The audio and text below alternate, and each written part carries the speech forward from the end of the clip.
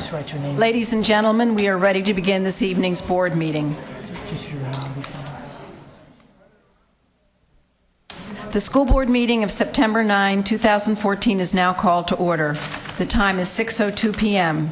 At this time, we request that all cellular phones and/or pagers be turned off or put in the silent mode.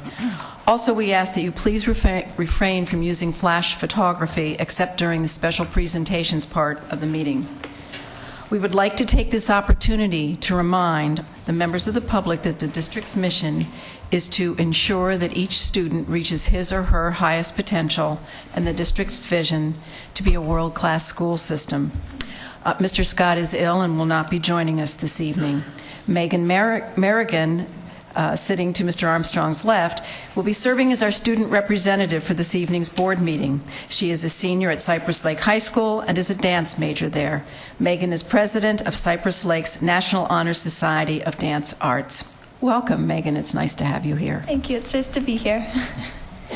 This evening's agenda includes the invocation, the presentation of colors and Pledge of Allegiance, 1 recognition, 3 resolutions, 1 acknowledgement, public comment, consent action items, which include 2 items under Executive Services, 3 items under Business and Finance, 7 items under Operations, 4 items under Teaching and Learning, and 2 superintendent's recommendations, and 4 items under Other Business. Board members, is there a motion to adopt the agenda? So moved. Second. Moved by Mr. Armstrong, seconded by Mrs. Dozier. All in favor, please signify by saying aye. Aye. Motion carries 4-0. Mr. Armstrong will deliver the invocation, after which I will lead us in the Pledge of Allegiance. Please rise.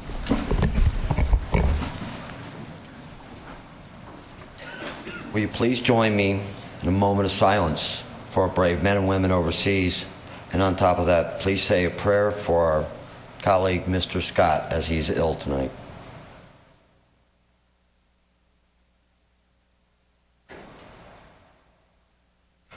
Thank you. Tonight, the cadet presenting the national colors will be introduced by Sergeant First Class Roseberry, U.S. Army retired, an Army instructor at East Lee County High School's JROTC program. Sergeant First Class Roseberry retired from the Army after 23 years of active military service. Excuse me. This is his 11th year teaching in the Lee County School District. He holds an associate degree in applied science and is a few credit hours shy of his bachelor's degree. Thank you. The national colors for our Pledge of Allegiance tonight is presented by Cadet Colonel Gerardo Mejia. He is a senior at East Lee County High School and is currently serving as the Cadet Brigade Commander, responsible for leading over 450 student cadets enrolled in JROTC program. He is also the captain of the JROTC Raider Team and Sabre Honor Guard, a member of the JROTC Color Guard Team, Drill Team, and former member of the Academic Team. He has participated in the JROTC Cadet Leadership Challenge for the past 2 years. Ladies and gentlemen, please join me in saying the Pledge of Allegiance. I pledge allegiance to the flag of the United States of America and to the republic for which it stands, one nation, under God, indivisible, with liberty and justice for all.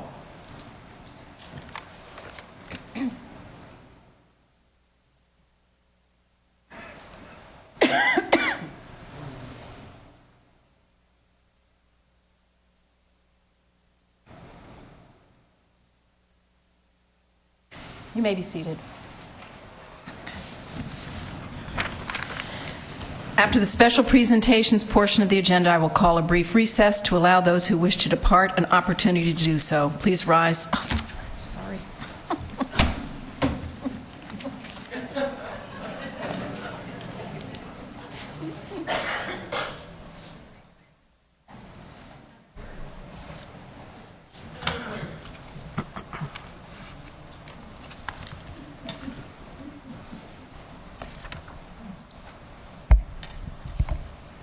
Good evening.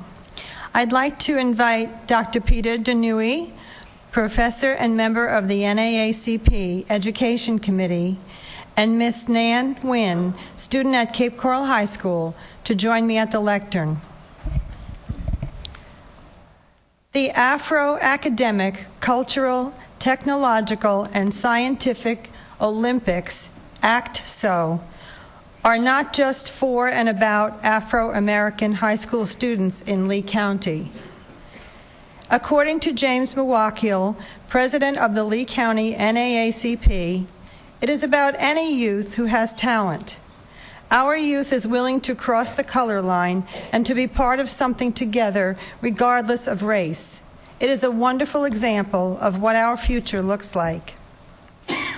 At the recent Act So competition held in Las Vegas, Nevada, from July 17th through the 20th, 4 local gold medalists represented Lee County: Bailey Peralto from Oasis Charter High School, Eden Collier from Fort Myers High School, Monica Green and Nan Nguyen from Cape Coral High School. All of the students performed very well. With the help of our superintendent, Dr. Nancy Graham, and the Lee County School District, the students were able to fly to Las Vegas to compete in biology, chemistry, oratory, and dance categories. The keynote speaker in their launching ceremony was Dr. Amy Desamore. The board members and superintendent are pleased to recognize and congratulate Nan Nguyen for winning the bronze medal in chemistry and biochemistry. Nan?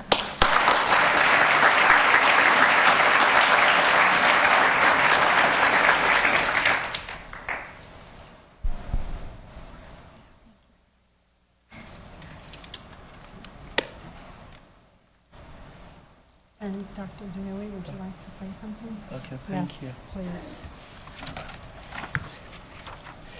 Members of the board, Dr. Graham, and members of Lee County, NAACP is honored to have a program supported by the whole community like AXO, which embraces everybody. We feel honored that one of them won a medal. It's not easy to win a medal in the National Olympics. Some states never won anything, and here in Lee County, we got the second medal, and that's by Nyan. Thank you so much for all your support. Thank you for everything you have done for us, particularly Dr. Graham. We could not have done it without you. She gave us the financial support and all kinds of support, and you'll keep on coming back because we need more medals in future. Let me ask Darlene, who does the training, to just say a word about this, and we can move on. Once again, thank you to all of you who stood behind us and believed in us. And I'm so happy that we had a bronze medal winner, Nan Nguyen, and also the response from the judges on all of our gold medal winners that went to Vegas got outstanding ratings. We had Monica Green with outstanding ratings, and we had Nan Nguyen, our bronze medal winner, Eden Collier in dance, Bailey Peralta in oratory. And again, we couldn't have done it without you, and thank you for your prayers. Thank you.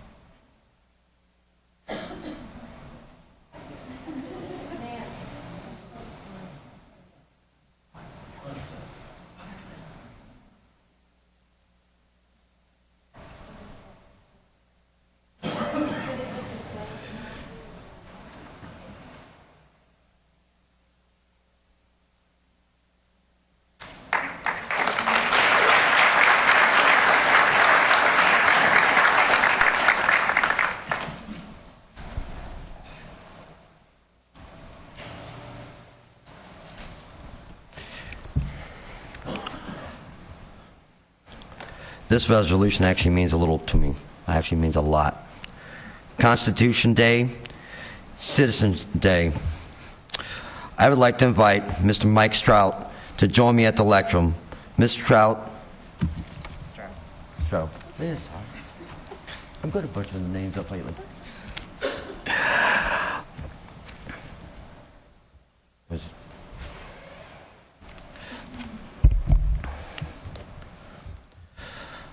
Ms. Stroh is the district's coordinator for social studies, fine arts, and character education, and AVID. Constitutional Day and Citizenship Day is an annual event that communicates the formation and signing of the United States Constitution and recognizes all who, by coming of age or by naturalization, have become U.S. citizens. The day provides the opportunity for United States citizens to recognize the anniversary of the nation's Constitution and the efforts and responsibilities of citizenship. A communication of Constitutional Day and Citizenship Day, the district schools will conduct ceremonies and programs to foster a great understanding and appreciation of constitutional and the rights and duties of citizenship. Ms. Vice Chairman, I am proud to move the adoption of the resolution proclaiming September 17, 2014 as Constitutional Day and Citizenship Day, and as so doing encourage all citizens themselves to be the principles of this Constitution. Mr. Armstrong's recommendation. We have a second. All in favor? Motion carries.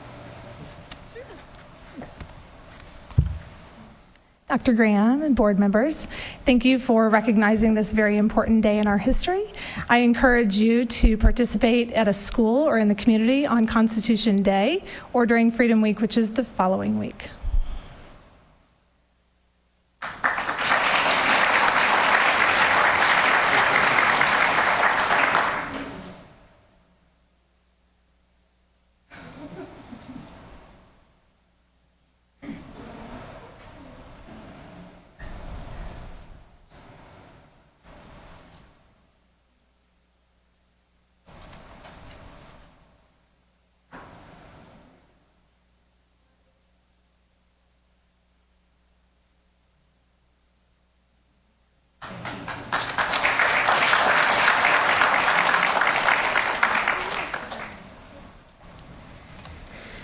I would like to invite the following individuals to join me. Ms. Christy Kuntz, Assistant Superintendent of Teaching and Learning, Mr. Larry Gutteridge of the Lee County Sheriff's Department, Ms. Anella Joy Nyack of Cape Coral Police Department, and Officer Anthana Mitchell of the Fort Myers Police Department. They're all here, front and center, or behind me. A key component to truly effective law enforcement is the strong connection between communities and their police departments. Community policing begins with tapping our most precious resource, our youth.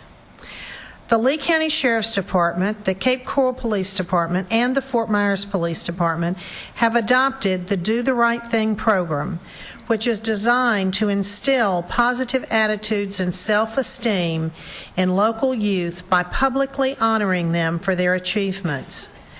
Whether their accomplishments involved academics, athletics, community service, or any other effort where a child is trying his or her best to do the very best or the right thing, the program each month recognizes the good deeds of young people. Madam Chairman, in recognition of the school district's collaboration and cooperation with these law enforcement agencies, and to further promote and support their efforts, I am pleased to move for adoption the resolution proclaiming the month of September 2014 as Do the Right Thing Month. For Ms. Dozier's recommendation, is there a second? Seconded by Mr. Armstrong. All in favor? Aye. Motion carries. Thank you. At this time, I would like to ask if anyone would like to come forward and speak, say something. Madam Superintendent, members of the board, I want to thank you for honoring us and the Do the Right Thing program. Last year, we were able to recognize over 1,600 young people. And on behalf of the Lee County Sheriff's Office, I want to thank each of you for your continued support. Thank you, Mr.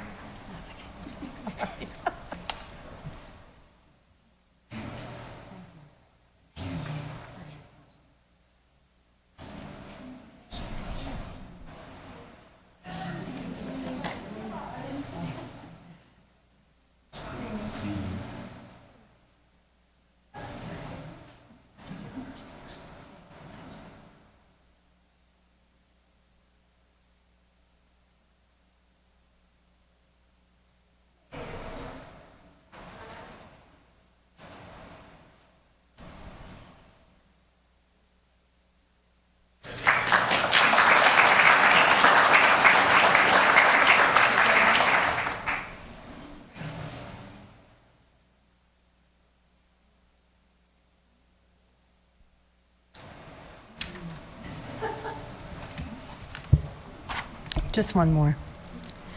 At this time, I'd like to invite Evelyn Rivera, Coordinator, ELL Multicultural Language Program Support, to join me at the lectern. Hi, how are you? The observation of National Hispanic Heritage Month started in 1968 as Hispanic Heritage Week. In 1988, President Ronald Reagan expanded the observation to cover a 31-day period. During Hispanic Heritage Month, we recognize the many Americans of Hispanic descent who have made outstanding contributions to our nation. The rich cultural traditions of the Hispanic American community have made a remarkable impact on American society. The diverse backgrounds of Hispanic Americans and their dedication to family have become an integral part of America. With a deep commitment to faith and a strong desire to live the American dream, these citizens are realizing the full blessings of liberty. Educational opportunities are helping a new generation work towards success, and many Hispanic Americans operate thriving businesses. Madam Vice Chairman, I move for the adoption of the resolution proclaiming September 15th through October 15th, 2014, National Hispanic Heritage Month. Seconded by Mrs. Dozier. All in favor? Aye. Thank you, and I'd like to present this resolution. Mr. Laura. Good evening.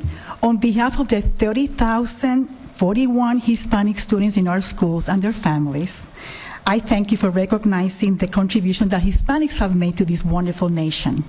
Thank you again for your support. Good night.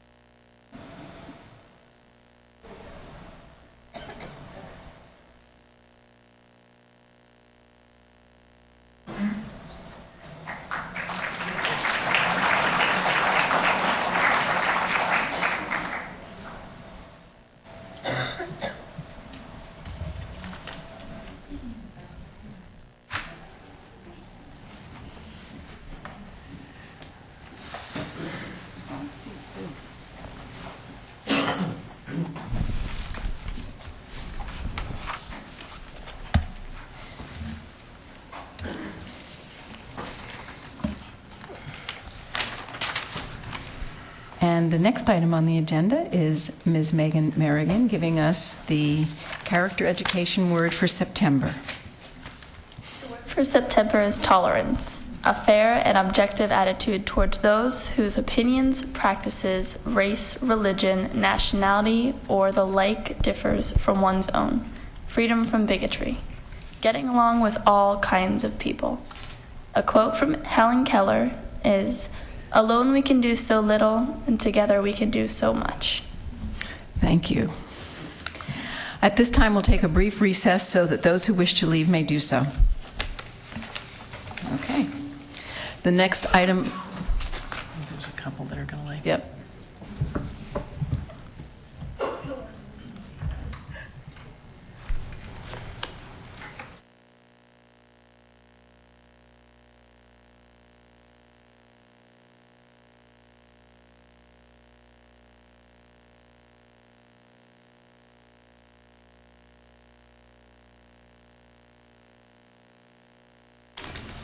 The next item on the agenda is public comment. Mr. Martin, please address the agenda item of public comment. School board policy provides the opportunity at this point in the meeting to address the board concerning any matter on this meeting's agenda or any other matter relevant to the operation of the school district. If you completed a card and submitted that to me before the meeting began, you'll be called in the order of the card submitted. If you did not submit a card but still wish to address the school board this evening, the school board meeting chair, Ms. Morgan, will provide you an opportunity to express that desire in a minute. The rules concerning public comment to the school board are posted at the back of the room and include the requirement that any speaker wishes to address the school board to endorse the purchase of a product or service in which that speaker has a personal interest. The speaker must reveal that interest before making comment to the board. The school board does not respond during public comment time to remarks made by speakers.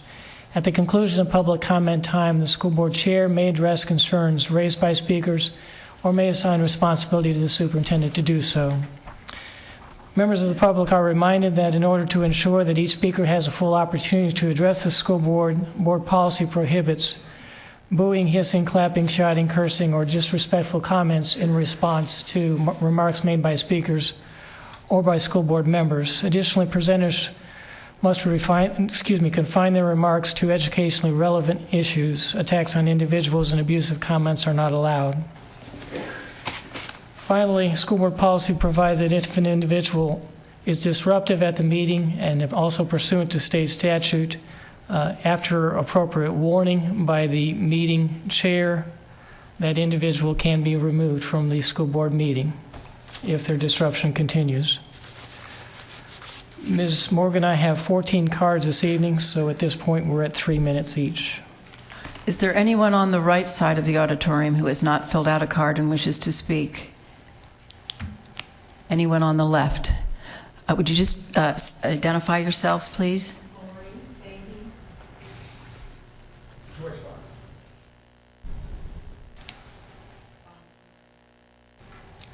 Bonnie Margolin. Thank you. Okay, you may begin calling. We're at 17, so 3 minutes per speaker. Okay. The first speaker is Bob Valenta.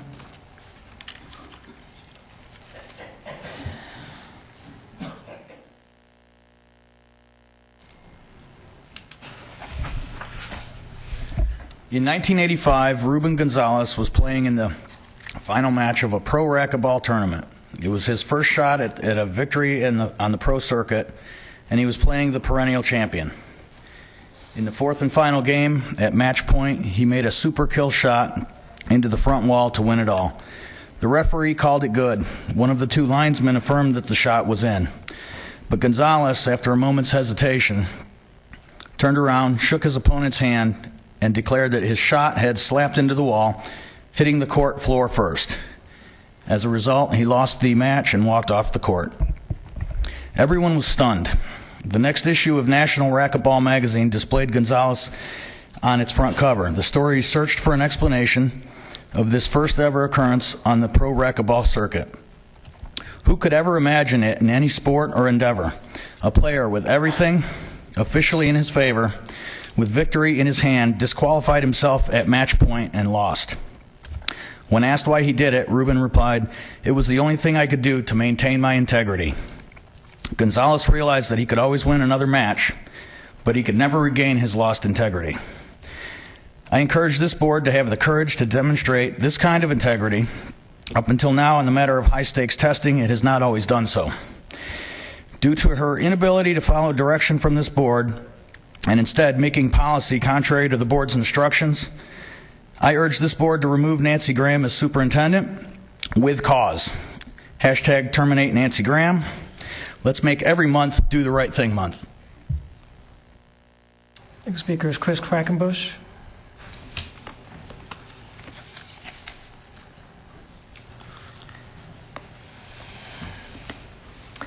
There seems to be a lot of confusion about just what we mean by high-stakes testing. From the comments that we've heard in board testimony, many people think it's the same as the tests we used to take when we were in school, like final exams. In the old days, when schools worked, certified teachers taught in accredited schools, and the teachers gave final exams and evaluated the body of student work to produce a grade which was entered into the report card.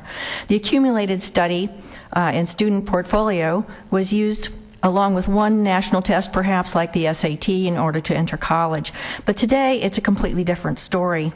We're rewarding and punishing schools, districts, teachers, and students based on outside test results. It makes sense that accountability works, but only with the scope of attainable expectations. For instance, I can reward someone 5 feet tall millions of dollars to beat a 7-foot-tall NBA player at basketball, and it's nearly impossible for him to attain that goal no matter how hard he tries.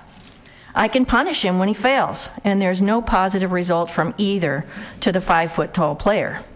There would be an enormous negative effects, however, deflating the ego of the 5-foot player and discouraging them from trying at all. What we've done to our children, what have we done to our children to pass state redundant mandated tests?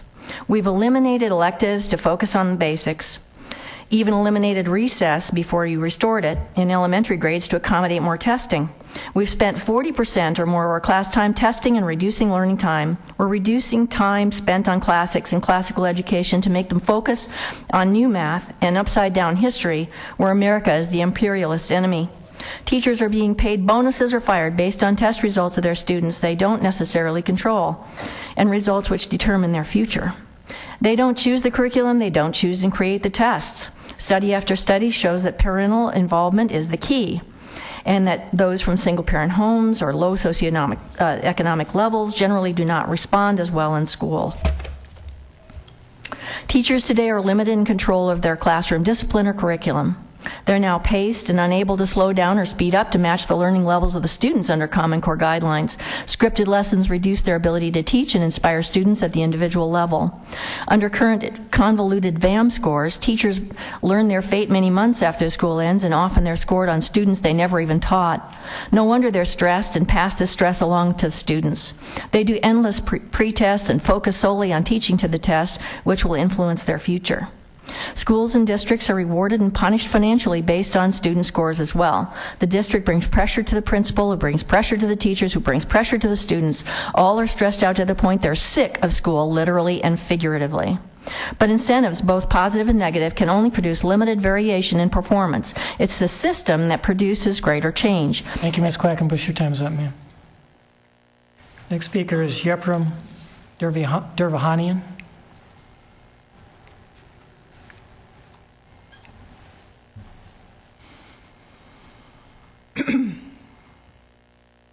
Hi, Yepram Durvahanian, Lehigh Acres, Florida.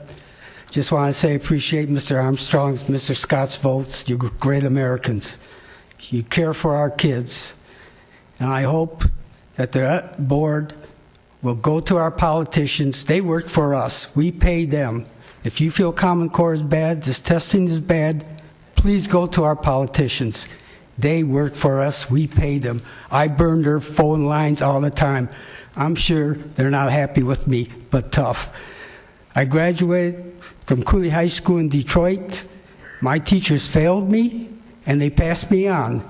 I played on 2 championship football teams and a hockey team. But to keep eligible, I went to summer school. When I got out of the service, I passed a written math test and a written test for the Ford Motor Company to get a great job, and retired.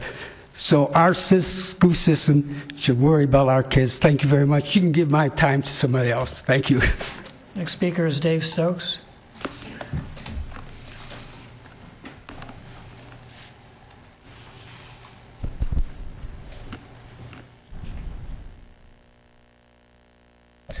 Good evening, Board.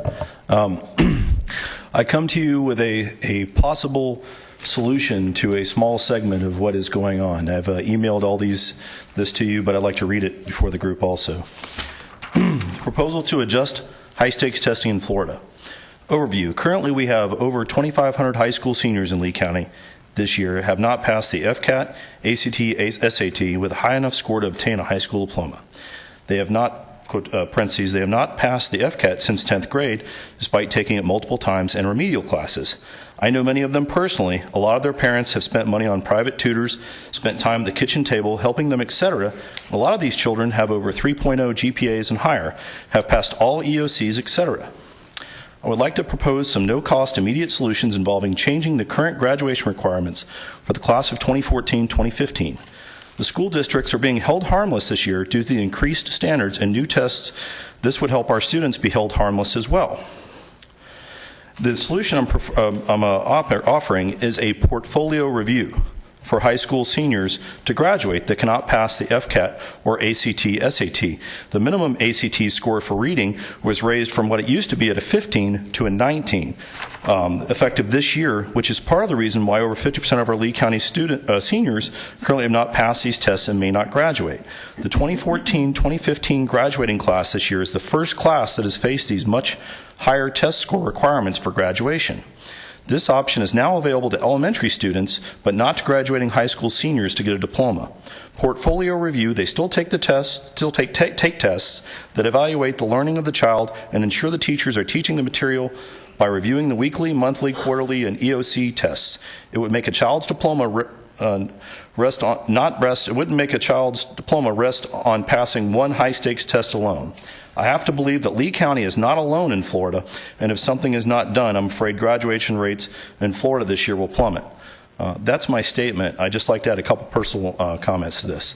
I think we have great teachers in Lee County. I think we have great parents. I'm hoping and praying for everybody on this board that we come up with a solution, especially to help this year's 2014-2015 seniors.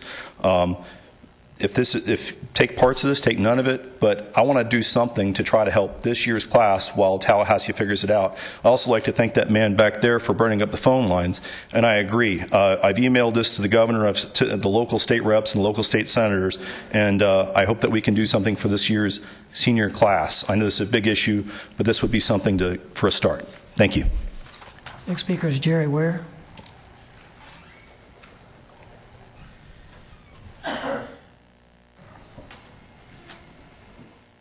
Afternoon to Mrs. Graham, board members. Thank you for the opportunity. I've been waiting for 2 months to get here. Dr. Graham and school board members, I come before you with mixed feelings. On behalf of those who may be referred to as the underprivileged or the unrepresented, these are the children enrolled in the 5 failing schools which happen to reside in predominantly minority areas of our county. It reminds me somewhat of the segregated schools I attended here in Florida. I say somewhat because the environment did not deter the majority of us from receiving an education from teachers who really loved us, who cared for us in spite of the odds. Run-down schools, hand-me-down books, outdated books. Why have these schools, some repeat offenders, some new failed? What have you done to correct this? Or what are the plans to provide these children with equal opportunity? Do you feel that by extending the day under the same circumstances will correct the problem? James Stevens was set up for failure when the board allowed Dr. Browder to stop building the elementary school to replace Michigan Elementary School and instead gave the community basketball courts, when half of our children do not know the circumference of a basketball. Is it because the community sits back and not fight for their children? I'm here. I don't mind standing alone. Why the disproportion of minorities in administration and teachers? Why is James Buchanan where he is? I can name on and on and on minorities that I cannot understand. I've been talking with Mrs. Angela about getting some statistics and finding out what we can do about this situation. I visited one of these schools, talked to the administration, teachers, and parents, only to discover that teacher morale was very low. Administration did not have a clear vision for the school, and parents utterly disgusted and feeling not only helpless, but hopeless. The Bible says that without vision, you will perish. Every time a superintendent is hired in this county who tries to right many of the districts wrong, were either fired or killed. I thank God for Dr. Burke, who tried very hard and gave us the new school we deserved years ago, right down the street from me. The best kept secret in Fort Myers, Dunbar High School, internationally known. I ask you, Dr. Graham, are you God sent to correct the wrongs of this district and Dr. Browder and give us a new school that was under construction? And Thank you, Ms. Ware. Your time is up, ma'am. To be continued. Next speaker is Michael Drycorn.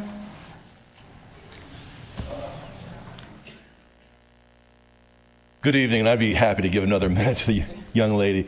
Over the past couple of weeks, we've had a lot of discussion about opting out of high-stakes testing, and it has polarized the community in directions that are, some people would say not healthy, but I actually think it's healthy because it brings the issue of education and local determination of the quality and output of our education of our children to the forefront. Two things that I heard consensus of this board, and I think what we have to focus on is where we come together and what can we move forward on. One of the things I heard was all 5 board members were not advocates of Common Core. So if I'm wrong, I want to hear that later when you have your time. The second is that all 5 of the board members are not advocates of high-stakes testing. So if that's the case, then what we have as a local community is the empowerment and the authorization by electing you to speak for us and to take action. What I encourage all of you to have is courage not to kick the can down the road. Our elected officials in Tallahassee won't meet until 2015. And we can't wait that long for a plan and for action. Please work together now to do whatever we need to do to have a self-determined education system for our kids and understand that testing is not the output of performance. It's the kids' abilities to go on and be contributing members of our society. Thank you. Next speaker is Tracy Raleigh.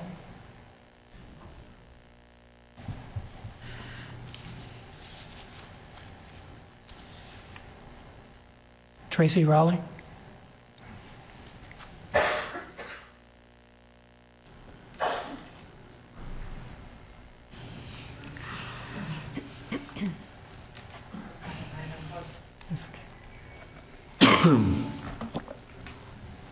I'm here from Sarasota County. I live in Northport. I've been here this makes week 4. I'm saddened by the lack of common sense I see sitting before me. Failing more than 2,000 students, or even the threat of doing so, wouldn't be prudent in an election year, and most certainly would ruin the increase in graduation rates, which Governor Scott speaks highly of on his campaign trail. What a great way to terrify students and parents. Florida statute is clear that standardized testing is not to be the only tool used for promotion. And it seems to me that you're under the mistaken impression that one needs a high school diploma to go to college. 4 years of hard work and transcripts do not spontaneously combust because a student doesn't hold the elusive high school diploma. My 21-year-old son attends Kentucky Wesleyan College. He graduates in May with a bachelor's in communications, a minor in media studies, and a few credits shy of an AA in music. Why is his story important? Because it further demonstrates that the lack of a high school diploma will not stop students who want to continue their educations. He holds no high school diploma. He holds no GED, because once you take a college class, you are no longer eligible for a GED because it's unnecessary. I'll end this with you, Ms. Graham. I pulled the flow chart for Lee County administration. Public, school board, Ms. Graham. You have been completely insubordinate to your board, to your public, to your teachers, your students, and the children of Lee County deserve better. Next speaker is Lisa Cohen.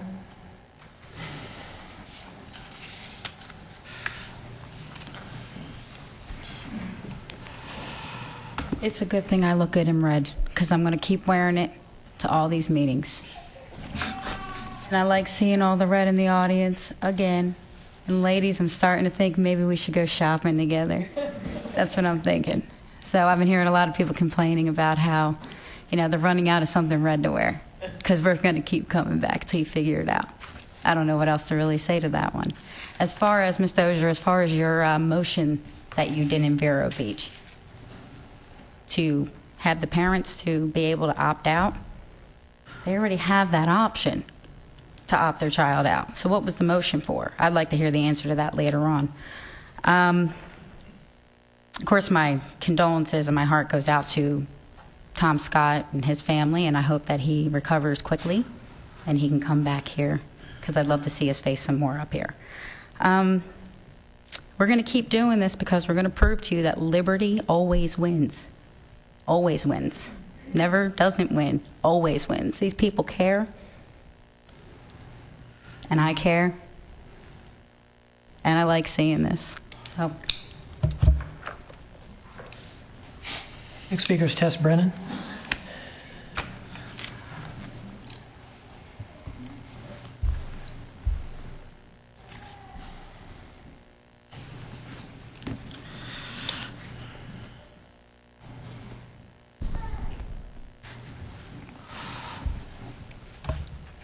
Good evening. Mary Fisher, I still don't understand why you reversed your vote. You told us you had new information, yet you never shared that with us. I don't understand why we had to call a special meeting when the majority of your constituents would be at work, at school, or dropping off students, thus silencing them, unless you meant the affluent constituents. I don't understand the need for the immediate action. Wouldn't have waiting until this meeting sufficed? Was there a gun to someone's head if it didn't happen before Ms. Morgan and Ms. Dozier's sunset cruise last week? I hear a lot of knee-jerk reaction. The proverbial knee has been jerking for 4 years as parents, citizens, teachers, and you attempted using the proper channels. Yet testing has not only continued but spiraled out of control. 40% of a student's year is spent testing, and yet we can't figure out where the disconnect is? Mrs. Dozier, you took it to the state this week, and they tabled it until December. We've heard nothing about a task force. Well, we've heard a lot about a task force, but then we've seen emails that there is no task force. We've heard nothing about research on the aspect. It was just tabled until the December meeting at the state meeting, until that testing monster has been again released back into the schools to continue harming our children. I understand fear. You're scared that to stop testing because you've been threatened. Governor Scott is not going to withhold funding or not graduate seniors in an election year when he's neck and neck with his main competitor. If you cannot stop the tests, then I beg you to give students and parents the power to direct their education. The statutes say you must administer the test. They do not say students must take them. Give parents and students the choices and options to direct their futures. Educate parents of the NR2 and how the statutes say an NR2 does not negatively affect the student, teacher, or school. Provide students refusing the unfair tests an educational enriching experience and guarantee they will not be bullied by teachers, staff, or administrators. I can favor testing to evaluate progress and then provide prescriptive training and support to improve the student's progress. We go to the doctor for tests. If we need help, then treatment is prescribed. The doctor does not say you failed the test. Hope you get better. We have options, but we must be able to legitimately look into them and not have smoke blown up our orifices in hopes that we will be appeased and go away. Thank you, Ms. Brennan. Your time is up, ma'am. Thank you. Next speaker is Kevin Riegel.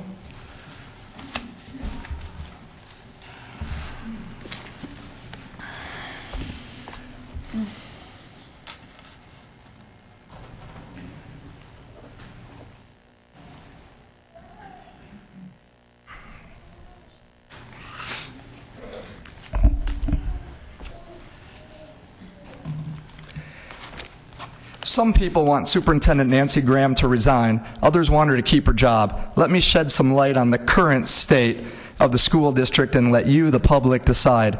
At Fort Myers High School, David Burns was hired by Dave LaRosa 3 years ago. Little did people know that that was a nephew being hired by his uncle. Superintendent Browder applied for that position. So did other athletic directors. Superintendent Browder has more, what's the word we should say? More experience in his pinky finger than most of the people in this room put together, yet he was passed over for a person with a temporary certificate. How and why is this nepotism possible? Why is it that there's one set of rules for teachers and administrators, and there seems to be no rules for our favorite administrators? Principal LaRosa's own words in a news press said he fell short of his credits, yet you allowed him, after his certification expired, to hire the head baseball coach at Fort Myers. That's not legal. You allowed him to talk in the news press. How is that possible? Would you allow any other staff whose certification had expired to be talking to the news, to be driving students home from school? He was found 2 weeks ago, after the board meeting here 2 weeks ago, driving an athlete home from Fort Myers High School. Why is this gross nepotism allowed?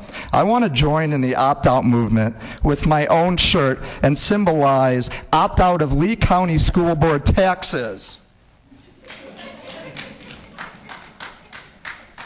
And here's the reason.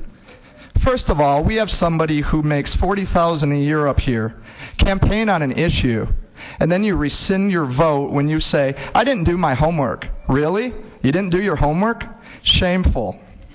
Next, you allow a principal to hire his nephew in a gross show of nepotism, passing over the best people for the job. You waste our tax money.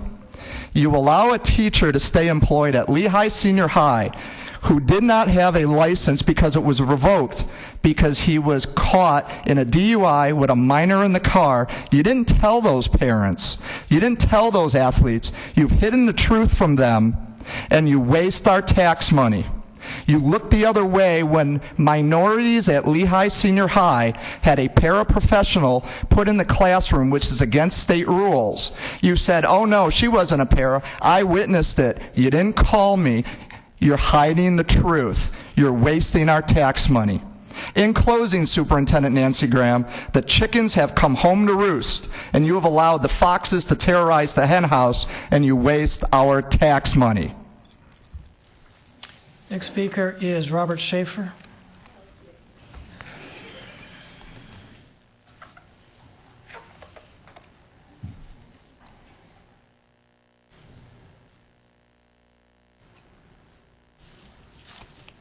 Though I agree with everything Ms. Brennan said, I want to start off on a different note. Congratulations to the Lee School Board. You have lit a fire under Florida and the nation. Just look at the headlines across the country. Despite disagreements about strategy and how to move forward, Lee County Schools vote shines a light on testing burden in the Tampa Bay paper. Opt-out fallout, Lee Schools crammed with exams from our own news press. Timeout needed on high-stakes tests. Brevard School Board to discuss testing concerns tonight. Miami Superintendent calls current testing policy insane. Florida School Board Association weighs opt-out plans. School testing fatigue causes national movement to cut back. Anti-testing movement growing, finding success around the country. And Fair Test's new report, Testing Reform Victories, the first wave, which talks about what's been accomplished here so far. It is great that all 5 of you have spoken out against the damage being done from high-stakes testing misuse, overuse, and overkill. Now it's time to act together.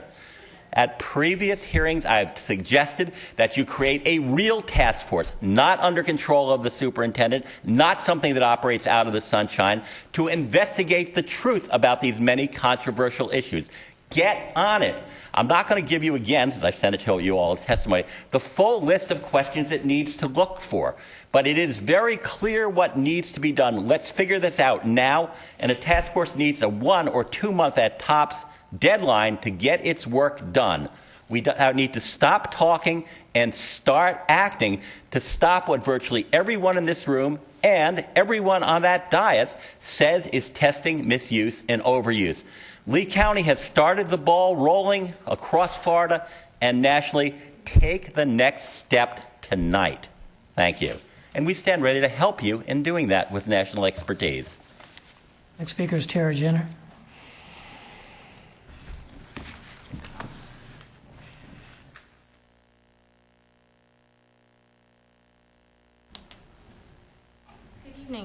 Last week, as a result of the board's reversal, a friend of mine who's currently attending a memorial service this evening, she chose to opt her child out of standardized testing.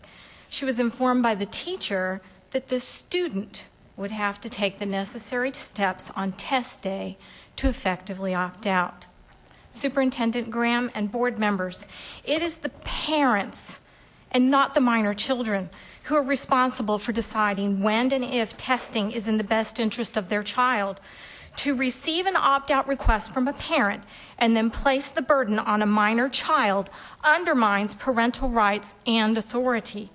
In this particular case, it's even more egregious because the minor child in question has a learning disability. Last week, the board claimed that you heard us.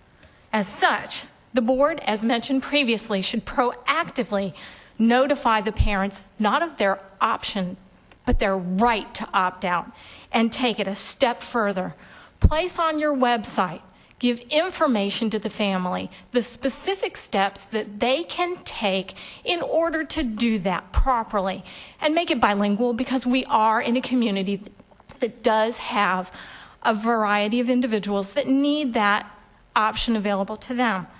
Additionally, training of teachers and aides is necessary because they need to help the students do it properly so they can get the NR2 and not inadvertently do something that would cause them to have a 0 or negative score that would impact their education, their progression, and their ability to go forward in school.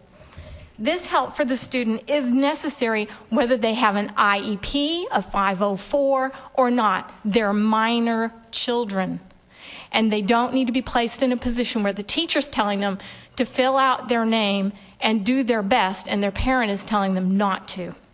Failure on the part of the superintendent and the board to act on this while you're reviewing what you're going to do. It's kind of like the president. He doesn't have a plan yet, but he's got a plan to have a plan, okay? Is something that's imperative to ensure the rights of the families in this district are seen to it. And on the issue of what's going on as far as the testing and Common Core, I think of it in this term. Here's an analogy. If you have a child who's dehydrated and they need liquids, and you find out what you've been pouring down their throat is poison, you don't keep pouring the poison down their throat until you find something better to hydrate them with. You stop doing the harmful action and you continue to look for something better. Just continuing to do the same thing over and over again is the definition of insanity. Thank you. Next speaker is Megan Just.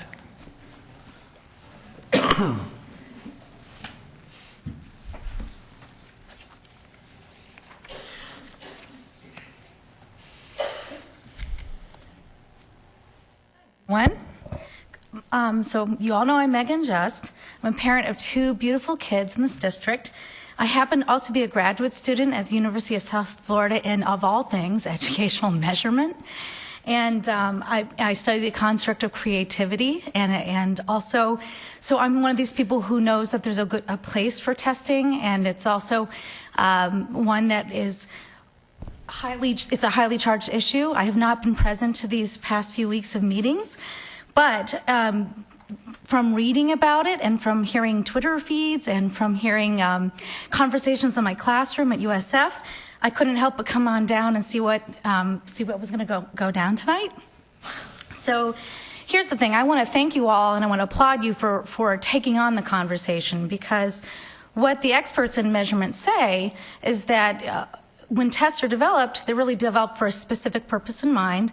And as you can hear from everyone here tonight, and also from your own testimonies, that you all recognize that the high-stakes nature of testing is the problem. But that's not really why I'm here.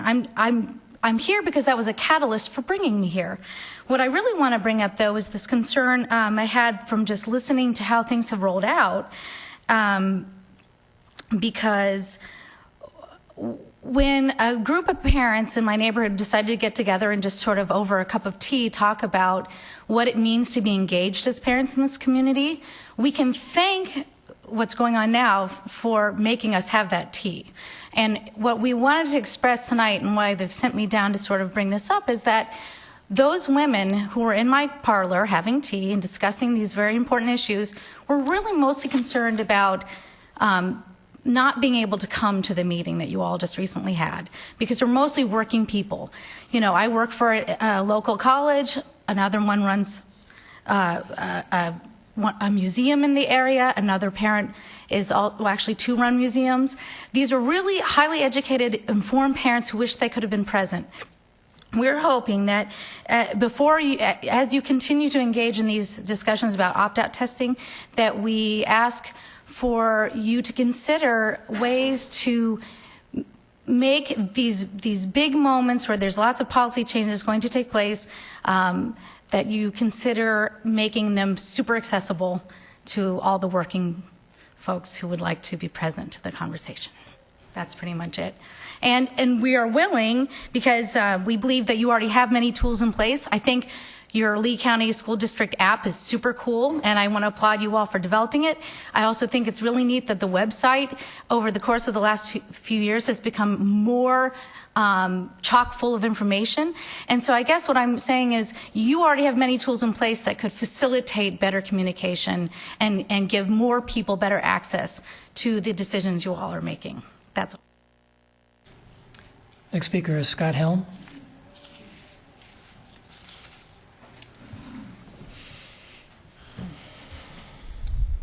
Hello. My name's Scott Helm. I'm the parent of 2 boys. One graduated about 10 years ago. The other one started 9th grade this year. I've been trying to figure out why I'm so upset by what was done here on August 27th. And the fact that on September 2nd, then you turned it around, but I'm still upset.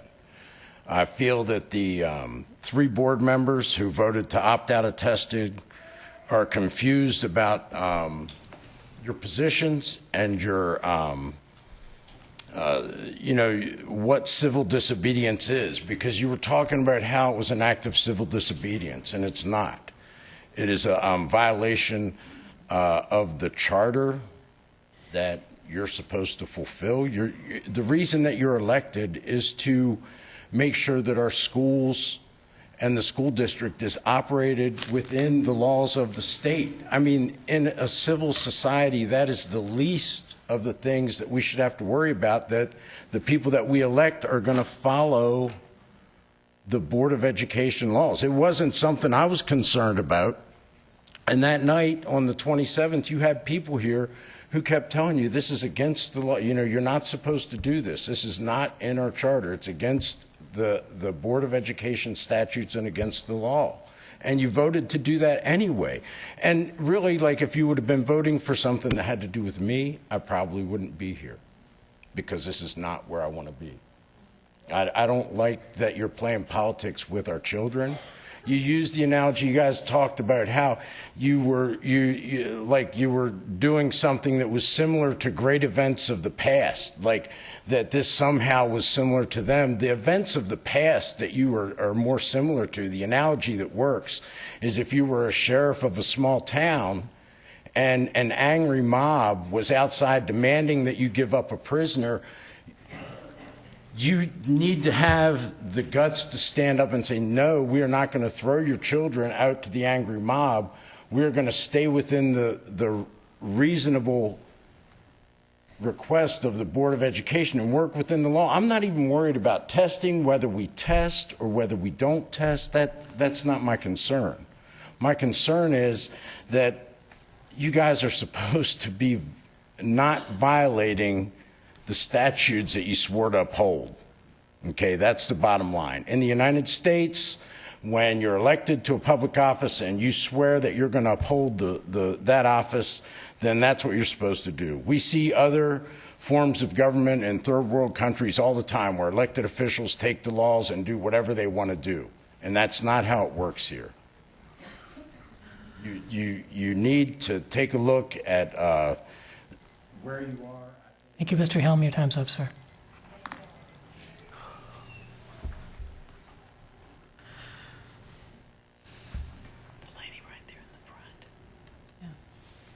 What's her name? I'm not sure. On the front row in the middle. Tracy Raleigh? Yeah. No, I'm trying to figure out who this person is who's so disruptive in the front row.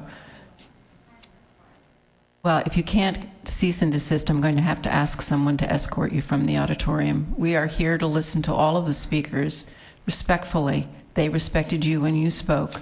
You will respect them when they speak, please. Those are all the cards, Ms. Morgan. Okay, we have Lori Fahey.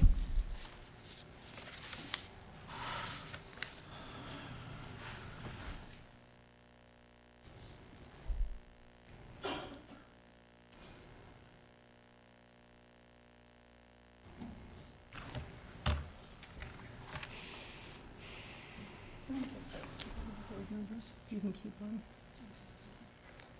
Thanks.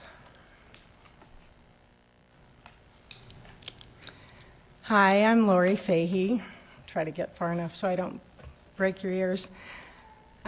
Since our board's vote on August 27th, we've seen an overwhelming rift within our district, our Board of Education, and community members. Many inaccurate statements have been and are being repeated as fact by the district and supporting associations. I have been very concerned by the inaccurate rumors spread throughout our community regarding our district's vote to opt out of unfunded, state-mandated high-stakes tests. I was especially concerned by Mr. Martin's review of our statutes, which were reported with omissions that led to the belief that our students would be harmed, as stated by Superintendent Graham, and circulated without research by our local media. I have given you all a copy of my review of the effects of the district's opt-out and the information on the mentioned statutes without the omissions. I have lost faith in our district's ability to research and report our statutes in the best interest of our children and our public schools. I pray that our district advisors and Superintendent Graham have a better understanding of our statutes than that has been demonstrated in this discussion. In my next thought, I pray that these actions were only due to lack of research and knowledge. Perhaps the high-stakes testing money trail so often referred to extends to our own district. I have also shared a copy of a TALC newsletter that has been sent to your employees, our educators, which instructs them to be careful what they say to students. If you advise them to opt out of a test, you could face consequences as a representative of our public school system. I hope we don't support that statement. Repeatedly, we have been told that the district has removed many tests from kindergarten this year. What has been omitted is how many assessments have been added to kindergarten and other grades this year. We need to ask that question. In addition, I would like to bring your attention to the Connect video published on YouTube in August by Director of Communications Amity Chandler, speaking with Christy Coots, which tells us that we are confused and there is no Common Core in our schools, and that the test is specific to Florida and Florida. Thank you, Ms. Fahey. Your time is up, ma'am.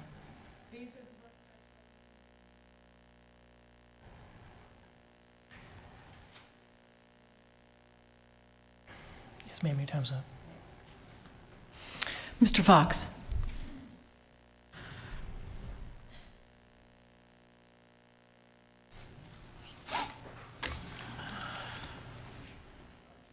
Earlier today, I was sat in on the briefing meeting, and staff gave an idea of how much capacity is in each school in each zone, and there were general numbers. And all of this uproar with Common Core, I suspect, has to do with overcrowding in math and English classes. So I wonder if the board, for maybe next meeting, could ask the staff to take those seats available numbers and apply it directly to math and English, because that is Common Core. That's really what the issues are here. And let's find out exactly what's really the root problem here. Is it overcrowding in math and English classes, or is Common Core just a waste of time? I suspect it's a little bit of both. Might be a good common sense thing that, if you could communicate that to the people who are so against Common Core, it might calm everybody down and get to the real problem. The other issue, of course, as we talked about, is the sales tax. And, to do a sales tax initiative, it would help greatly for the board to express they are allowed by state law to express their personal opinions about revenues, such as sales tax.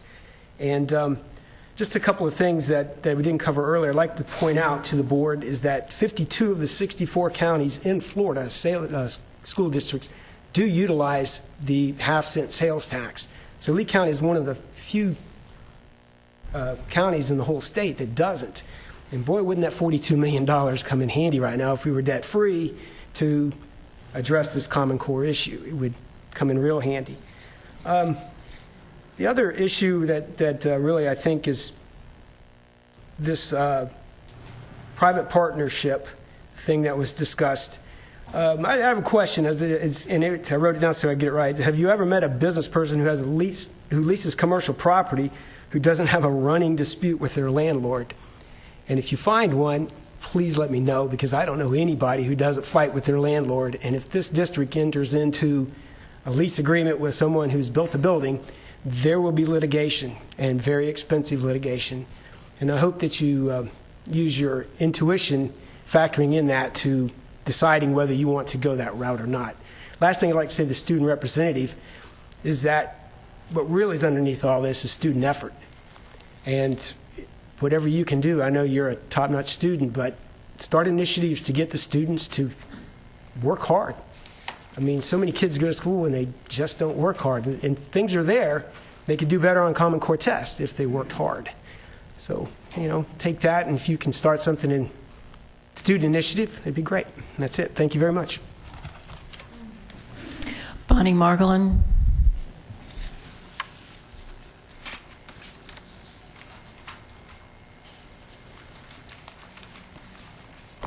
Thank you, Mr. Martin, Ms. Dr. Graham, Lee County School Board, for this opportunity to speak to you again tonight. My name is Bonnie Kennard Margolin. I'm an 8th grade teacher here in the county and the parent of a 5th grader.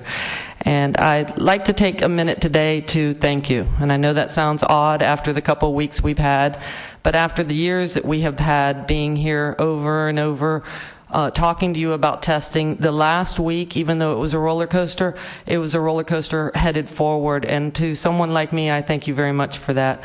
So I wanted to thank you for starting that conversation. It's not just statewide, it's national. As Robert Schaefer has stated, it's everywhere. And so many people have been inspired by Lee County School Board. I'm sure you know. I'm sure we all know. So I want to thank you for that. Mr. Armstrong and Mr. Scott, I don't know if Mr. Scott's listening. I want to thank them for their strong position here, for putting forth that motion. Mr. Armstrong, I'm a parent. My kids are at the same school as you, taking the same tests and doing the same worksheets. And I love that school, and I know you do, but I don't love those tests. And so I so much appreciate you for starting this conversation. As a parent, I can't say that any stronger. Ms. Dozier and Ms. Morgan, thank you. I know you've been up there to that School Board Association over and over and over in the years, and I know what you're doing, and I know it's hard work, and I appreciate it. And Ms. Fisher, I really do thank you too, because I know that you made a hard decision the other night, and it gave us a glimmer of hope, and that's enough. So I just wanted to put that out there, but it's not over, and I thank the community. When I pulled in tonight and it was a full parking lot, I said yes. It was like the end of Rudy. And so I'm so thankful for our parents. They sit up here and they say wonderful things about teachers and about our school board, and that means a lot. They are here for you. So let them know their options.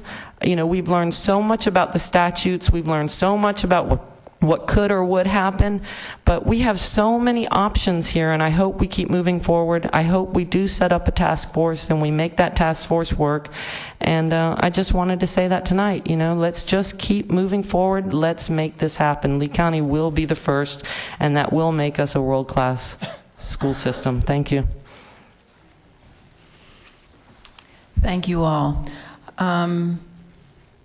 In response to some of the speakers' comments, including Dave Stokes and George Fox, Dr. Graham, I'm going to ask you in your superintendent comments this evening to talk a little bit more about your work with your staff to develop a plan going forward, if you would please.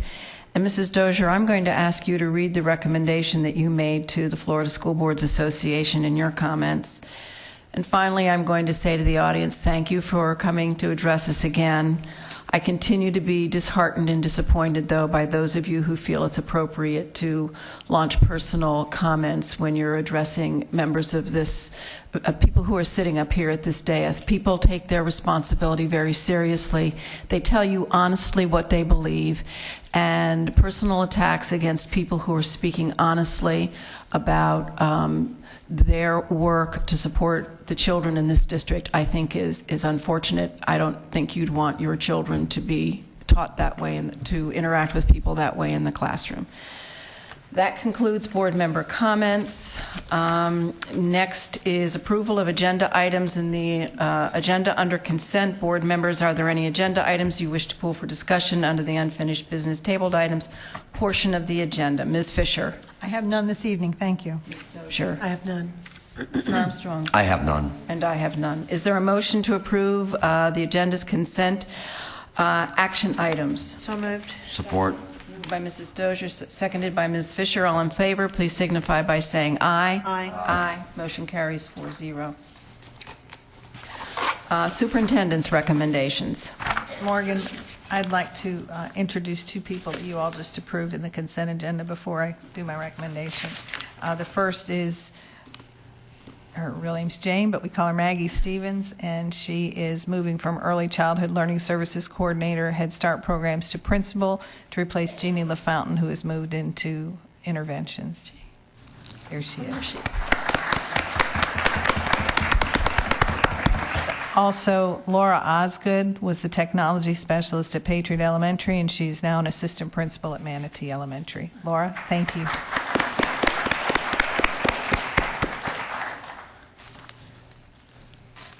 My first recommendation is the approval of the annual financial report for the School District of Lee County for the fiscal year ended June 30th, 2014, with no cost to the district.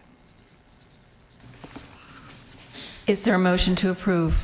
So moved. Second. Moved by Mrs. Fisher, seconded by Mrs. Dozier. Any discussion? All in favor, please signify by saying aye. Aye. Motion carries 4-0. Approval to piggyback Hillsborough County Public Schools ITB number 12003-MST for epoxy plumbing awarded to Florida Pipelining Solutions, LLC from September 9th, 2014 through March 27th, 2015 at the estimated expenditure of $2,500,000 with an option to cancel if deemed to be in the best interest of the district. Approval authorizes the superintendent to execute all related documents. Is there a motion to approve? So moved. Support. Moved by Mrs. Dozier, supported by Mr. Armstrong. Any discussion? All those in favor, please signify by saying aye. Aye. Aye. Motion carries 4-0. Mr. Martin. No recommendations this evening. Okay. And no public hearings. Okay. Board member comments, reports. Ms. Fisher. Okay, I'm going to be very brief this evening. I want to thank Megan for joining us this evening. I'm always very happy when there's a student here because it is all about the kids. The main issue around testing or any other issue that we confront is all about the kids. That's our top priority. I want to appreciate the superintendent and staff for the work that they've done on starting to make a plan, which we do need to move forward. I want to thank Mrs. Dozier and Mrs. Morgan for working with Florida School Boards Association, who have taken a stand and will help us to push at the legislature, as well as the Florida Education Association. We have had comments from our Curriculum Advisory Committee. We do have our advisory committees which are put in place for the purpose of advising the board. And the Curriculum Committee has, in the past months, several times made recommendations, and we will be meeting on the 15th and discussing more ideas and ways that we can speed this up. I know that we are looking at what we can do now here in the district to minimize the testing, to take the pressure off the kids and the teachers. I want to thank the staff for the final budget, which will be coupled with our strategic plan and take us into the future, I hope, in a more effective and efficient way, and with a promise that I will continue to work to identify and look at eliminating some of the waste that we do have so that next year's budget can even be meatier. Thank you to the parents and other community members who have come to share their feeling. I do agree that the testing is overused and misused, and we do have to do something about it, and rest assured that every day I am working on that. Thank you very much. Mrs. Dozier. Thank you. First of all, I'm going to thank everybody that was here today to speak, and I'm going to start by giving you a little bit of a review of a school board meeting that took place. Not a school board meeting, but a board of directors meeting for the Florida School Boards Association. I'm not going to go over the outline that I prepared. It took me quite a while to prepare it, but in speaking to them, I told them that there was a passionate group in Lee County talking about high-stakes testing, talking about Common Core, talking about Florida state standards, and that this was just a little voice compared to the voice across the nation that your voices had ignited. And I told them that they needed to be on the front end of this issue and not on the back end. I spoke as passionately as I could, and I stood up as long as I could. And that morning, got a second, passed like that. I was elated. We had 3 different news sources there. We had already done interviews. They had already started sending messages back that that we had hit a milestone in with the state. And unfortunately, when it came time for new business, that was when everything went south. A board member got up to the microphone and made a motion that we rescind the motion that had been made that morning. And I have to tell you what the vote was that morning. In fact, I've been sitting here looking so I could give you the exact number. And I believe it was 22-5. There's only 27 board of directors that sit on that board. And I think the vote was 22-5. By that afternoon, when the vote to rescind was taken, it was 13-11. Now, there were a couple of people that we had lost along the way. In fact, I had told Ms. Morgan, when I saw we were under good of the order or new business, I said, I was gathering my stuff up. I said, come on, let's go, because we had a 4-hour drive. And then all of a sudden, when I heard this motion, I immediately said, I can't leave. I've got to see this thing through. I texted my husband, and my husband said, "You've got to stay there, and you've got to fight for what you believe in." And I'm going to tell you, the motions that were created were very good, very strong motions, and these motions have not sunset yet, because we have another meeting that is going to take place this coming weekend. And by the way, for those of you that thought we went on a cruise, there was no cruise. It's real easy to make little comments, but sometimes we don't have the correct facts. In fact, I called somebody out on Facebook. Somebody accused my husband of something, and I immediately said, "You have the wrong Dozier. That's not my husband. He doesn't serve on that board. He doesn't take kickbacks." We didn't go on a cruise. In fact, I didn't even go over until the next day. And we worked the entire time. And I will. One thing I can say to all of you is, in all the years I've been on the school board and all the conferences that I've been to, I have never been in a swimming pool and I've never been on a beach. Even though, it's been accused that we have these things at resorts and all this. Well, the way they pack those agendas, they don't leave time for you to have any fun at these resorts. In fact, they want you to maybe spend a couple of nights after the retreat or the president's conference or the conference is over. So, and I always come home because I'm usually mentally exhausted. But as I said, I told everyone there after they voted the way they did, and I can understand that. I mean, we had been hammering different issues out the greater part of the day. People had long drives home, and people wanted to get home. And even though they were basically at this point wordsmithing a document that I had put forward that had been passed, and maybe had a little angst in their stomach, they wanted to make sure they were doing the right thing. So I applaud them. And Tracy from Sarasota that was here tonight, I know that I spoke with I'm trying to see where you are. I don't even know. Oh, there you are. Okay. I spoke with one of your fellow board members in Sarasota, and I know how they feel up there. And I would encourage you. In fact, as I was speaking to all of these peers of mine, I said, folks, they may not have shown up. One board member said to me, we had 6 people at our board meeting, and oh, goodness. I said, let me tell you something. You think 6 people? I said, we had hundreds in Lee County. And I said, everybody that wanted to speak wasn't there. I said, I know there are more people out there that couldn't get to the meeting. And because this is an issue that I think all of us are passionate about, but most of us, we have an end result, and we have different ways. A lot of times there's a lot of different ways that you can go from Fort Myers to Bonita Springs. There are different routes you can take. You can go down the interstate. You can go along the beach road. You can go down 41. All right. We all have the same end result. We know that there's too much testing. We know that there's problems with Common Core.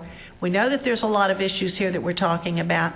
We've got to single them all out, and we've got to make sure that we do what's in the best interest of our children. That being said, this is what my motion was, and I'm going to, again, it's going to sunrise at the Greater Florida Consortium's meeting this coming week. Not this week, but next week. I move that, and it's going to be the Greater Florida Consortium, and now this is not for tonight. I'm just reading what my motion was because someone asked me to read it.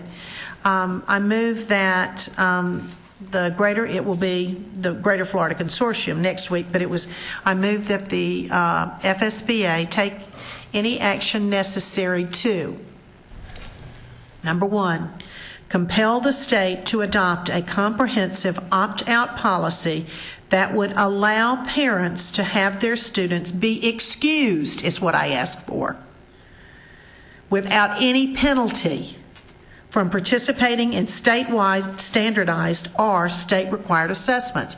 As it is now, I don't know whether y'all are aware, but if a student goes to school, all of a sudden they're keyed in and the student doesn't take the test, but sanctions begin against that student. The labeling starts. Remediation, that child is labeled. So Ms. Fahey, I think, kept her child at home.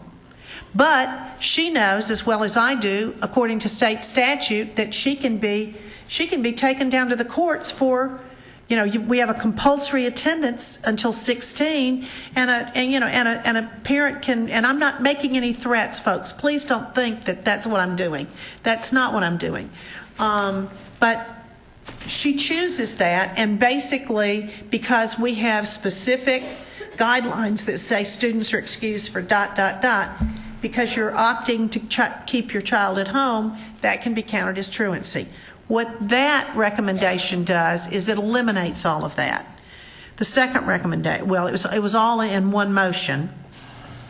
I move that FSBA take any action necessary to compel the state to bring an immediate halt to the practice of using statewide standardized or state-required assessments results for any purpose other than diagnostic purposes. And what this would do is it would stop that train, and it would start the discussions and look at the number of tests that are being given, look at what's happening with the test, what are the results, what are we using them for, why are we, and maybe even, has anybody thought about looking at those tests? Are the tests really designed to make students fail? Okay. That was the motion. That motion's going to come back again. I'm not going to sit here and talk about what went on at the Board of Directors meeting. I will simply write a report and tell all of you that. But I told them at the end of the meeting after my motion was rescinded 13-11, and I do remember that vote. I said, folks, I do have new business. And I said, my new business is, it's a matter of, I came here today to try to tell you what is going on out there. And I told them, I said, every one of you get your phones, and I said, I would encourage you to Google opt out and put your county's name in there. I said, you will find that there are people all around the communities. And Tracy from, I think, Sarasota again, no, it wasn't Tracy from Sarasota, it was the girl that just spoke that's a teacher of ours. I'm sorry. Bonnie. No, not Bonnie. It was the girl before her that goes to FGCU. She's getting her degree, or goes to Megan. Okay. Some of the very things that you said about thank you for forcing us to have tea. That's part of what I told them. I said, right now, parents are meeting in parlors, meeting in living rooms. They are having conversations, and folks, these conversations are not going away. In fact, we had the news media there. I don't know how much they recorded, but I spoke as passionately and as directly as I could to these folks. And they were with us, and then all of a sudden, I don't know what turned them around, but something did. And I apologize that we were not able to we weren't able to bring the trophy home, because that was what I felt like we were going to bring home. However, this coming week, hopefully we will be able to bring new news home. So when you ask me what was the purpose of the motion, I hope I answered your question. These cards that I just gave you, board members, these were cards that were given us given to us at the President's Retreat, and I would ask you to look at the side that says a school board's vision for public education. And this is a vision that was just adopted recently. And I'm going to tell all of you out there, I am so proud of my community, because my community is a community that will stand up, they will take names and be noticed. And Lee County has always had that. We've always had that reputation that, other counties look to us for our leadership. Our vision and our mission is very simple. Would you read them again, Ms. Morgan? Our vision is to make,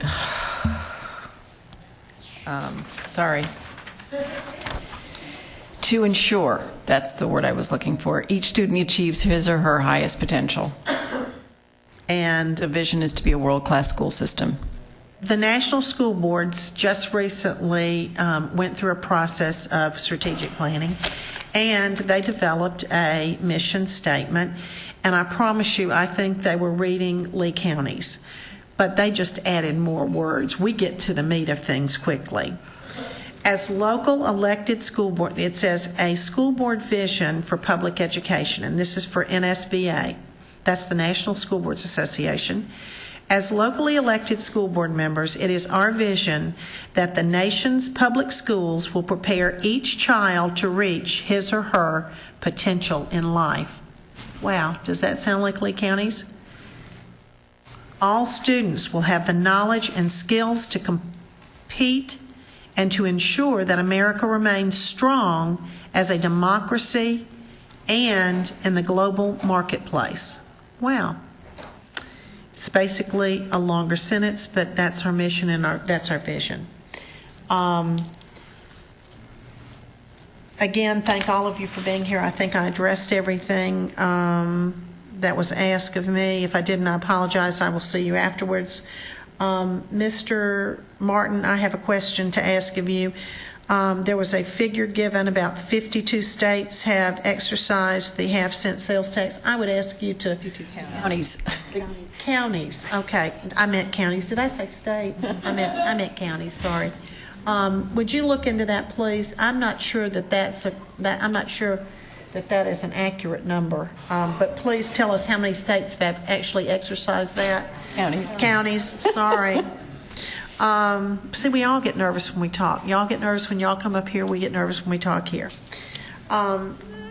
Dr. Graham, I received a very passionate plea this week from a parent about a uniform policy, and I think, I don't know whether the rest of the board received it or not, because I can't tell if somebody sends multiples and they just send it to one of us. But it's a very worthwhile discussion I think that we should have, especially since we have 48% turnover of our students. But this parent is saying, that they're, when students move from one school to the next, one school may have one policy about or one type of uniform, another school has another type of uniforms. If we could get to maybe a little more standardization, because basically she's talking about the cost factor, because a lot of times when parents have to move from one location to the other because of various reasons, then they have to go out and buy all new uniforms for their students or their children. So board members, that's something that, anything that we can do to help our parents, I know is something that we want to do, and if y'all are interested, we could direct the superintendent to have to begin to have a conversation with her staff and maybe bring us back some kind of a direction on that, our suggestion, if y'all agree with it. I got the same email, and You did? we're going to start that conversation with the principals this Thursday at our principals meeting. Okay, good. Thank you. And that's all I have. Thank you very much, Ms. Morgan. Armstrong. Actually, I have quite a few things. First, I actually like to read an email or something I put together over the weekend. As I woke up early Sunday morning, I was sitting outside drinking coffee, reflecting on the past few weeks. Some of the few, and I do say few, negative emails that I received concerning opting out of high-stakes testing and Common Core complained that it was a bunch of teabaggers, while others made negative statements that it was whiny liberals. The authors would have never believed how wrong they really were. Let me explain. What I have witnessed over the past few months was something in my life I have never seen before. Republicans, Democrats, Libertarians coming together and fighting for a common cause, putting party differences aside. Some were teachers, others were parents. There were even people who had no kids or anything to do with the school system at all. Instead, they came together as Americans and citizens of Lee County, Florida, to fight for our kids and their future. When the safety and the security of our children and concerns, there is no party lines. And as I continue to talk to all these great people, I assure you, this fight is far from over. After all, in this great country we live in, it is still we the people. We will take our education system back.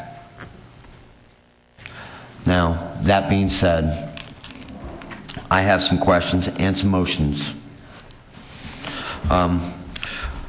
First, Dr. Graham, on the calendar that you sent us, and I put a request in, did you ever get a chance to talk to Christy? And I've made your request. What you've asked for is going to take more than since yesterday to get accomplished, but you will get it. I mean, I kind of knew that part. Board members and to the audience, what I requested was we received a calendar about the testing for the year. I've asked for a breakdown of how much it costs per test and to administer the test. Now to my motion. And actually, this one I don't even want to make a motion. I just want to make the observation at this moment. I've noticed in a lot of the meetings lately, our briefing minutes don't represent accurately what people say up there or what's said up here. And I guess I'm asking my colleagues and Ms. Dozier, since you are the seasoned board member up here, how can we rectify that and make sure that things are recorded accurate in the minutes? Well, they're called minutes for a reason, because it's an abbreviation of what actually takes place. The actual, it is a record, but also we have an actual archive of every meeting that we have that has everything. Their words don't go away. We archive everything in the way of a CD. Because I noticed that some of the emails, I guess there was one speaker who came up here and wanted to give us all the emails so we could read them. So I didn't know if that was even archived. It is? From the blast over there. Anytime anybody gives anything they read from anything, that becomes part of the official document of that meeting. I just didn't know if we wanted to make something like that public, because it is, people are going to ask what was on those. So I didn't know if there was a way. As part of the official record, Mr. Armstrong, they are public record. Any citizen can request a copy of that. So, well, what I'm requesting is can we not put them online so people can see them as well? Since it is a public record. That is an option, yes. Colleagues? I'm not sure what you asked. Well, because a lot of these people come up here and hand us a lot of stuff. Why don't we put them online as well to reflect with the minutes for that time? So when people ask us what was presented, they can just go online. And I'm going to look at Mr. Martin. That's why I'm kind of looking right now myself. Well, anything that's submitted, as I said, is a public record. If the school board would like to establish a practice that every document submitted to the board by a public speaker be placed on the district website, that can occur. I would point out also that in your present policy with respect to board meetings, there's a provision that says that any member of the school board or the superintendent may request that one's own statement be recorded as a part of the official minutes.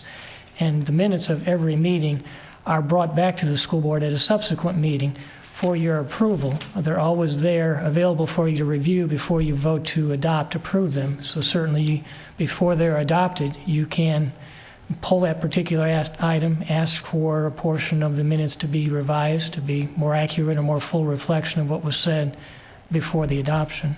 And I did that once. Yes, you did. That's why I kind of brought this up. So, and I guess my colleagues, would it hurt? I'm not asking will it hurt. I'm basically saying I think it would be beneficial.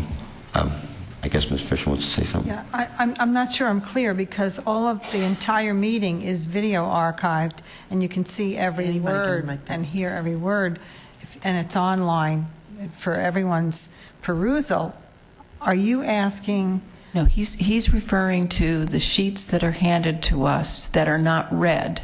Okay. And he wants them included in the video archive. I believe that's what you're saying. It's accessible online with the meeting minutes, because I've been asked what's on them. So I thought, for public purpose, as we continue to sit here and be transparent, that it was something important that we put up there. Mrs. Dozier. Well, I have mixed feelings about this. I believe in transparency, and I know that anyone has the right to make a public records request of any information that they would like to see. I'm not sure that, I'm just not sure about starting a policy that will create the need for additional staff time, and I think that's what that could possibly do. Because I know that our staff is, I know in our office we have decreased the amount of staff that we have. And I mean, I like to try to protect these ladies because I know that they work their no pun intended, fingers to the bone. And I'm just not sure that that's in the best interest of their time. So I don't think I could support that. Because there is a mechanism for people to get those documents. I just thought I brought it up, but thank you.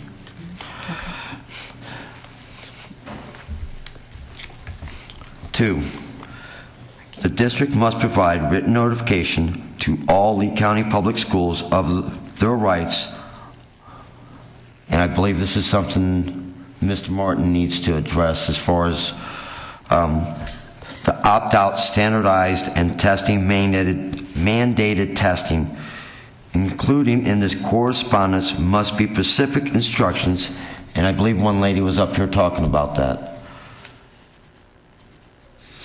on these students that actually opt out.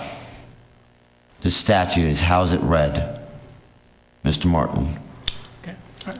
Is this in the form of a motion, Mr. Armstrong? Well, this will be, but I'm trying to clarify how the statute is read according to you. Yes, sir. Whether, because I know there's a lot of mixed emotions out there. Some people say these students cannot opt out. Yes, sir. I'll be happy to address that.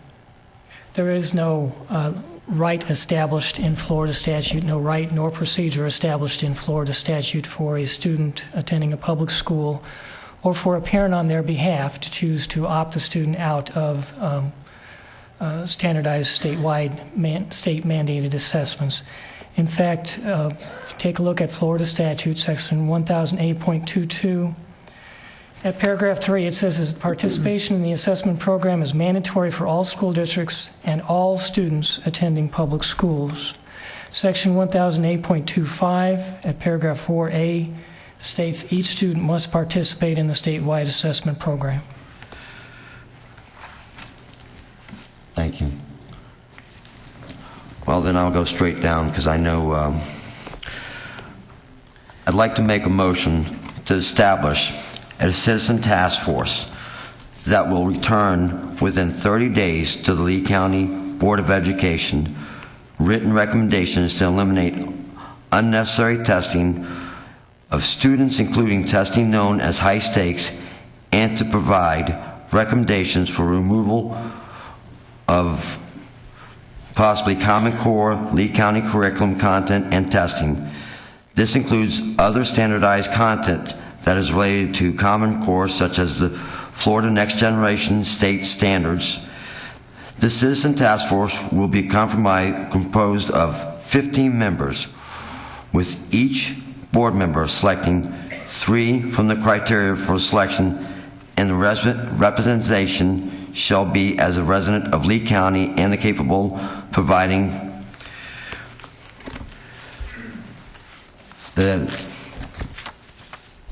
these people, the Citizen Task Force, duties are to go out and basically look at all the testing and come back to the board after 30 days to explain to us whether these tests, high stakes testing, the EOCs, or what the kindergarten test, any of these tests, what is benefiting our students, what is hurting our students, and bring it back to the board in a workshop.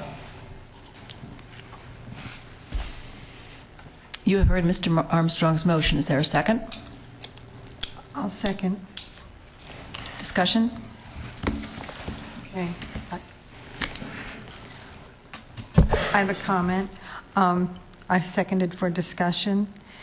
I think that we have had, I have this much information from the citizens, which is thorough and comprehensive, and I think it has been ongoing for 30 days, and I take that into consideration.